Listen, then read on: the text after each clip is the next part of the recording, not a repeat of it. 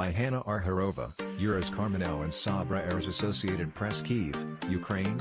Russian President Vladimir Putin doubled down Wednesday on his faltering invasion of Ukraine with a declaration of martial law in 4 illegally annexed regions and preparations within Russia for draconian new restrict. Putin's drastic efforts to tighten his grip on Ukrainians and Russians follow a series of embarrassing setbacks, stinging battlefield defeats, sabotage and troubles with his troop mobilization. The martial law order belies the Kremlin's attempts to portray life in the annexed regions as returning to normal.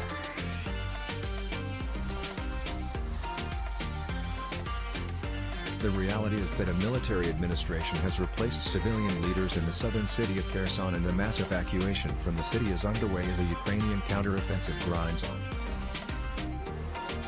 The battle for Kherson, a city of more than 250,000 people with key industries and a major port, is a pivotal moment for Ukraine and Russia heading into winter, when front lines could largely freeze for months. It's the largest city Russia has held during the war, which began February 24. A trickle of evacuations from the city in recent days has become a flood. Local officials said Wednesday that 5,000 had left out of an expected 60,000.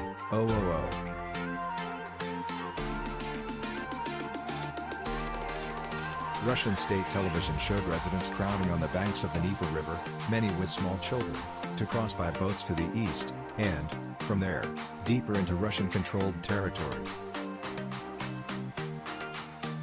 In announcing martial law effective Thursday, Putin told his Security Council, "We are working to solve very difficult large-scale tasks to ensure Russia's security and safe future." Putin is under growing pressure from the Ukrainian counteroffensive that has clawed back territory, sabotage of a strategically important bridge linking Russia with Crimea, assassinations of Kremlin-installed officials in Kherson, and mistakes he himself has admitted in his partial troop mobilization.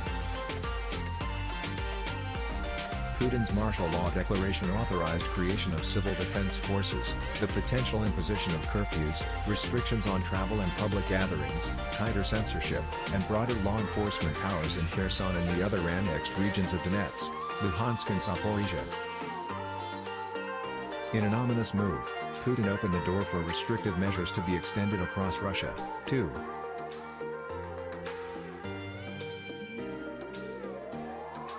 That may lead to a tougher crackdown on dissent, dispersal of anti-war protests, and the jailing of people making statements or providing information about the fighting that differs from the official line. The severity of new restrictions inside Russia depends on proximity to Ukraine, covering freedom of movement and other security steps. In the Kherson region, Ukrainian forces have pushed back Russian positions on the west bank of the Dnieper River.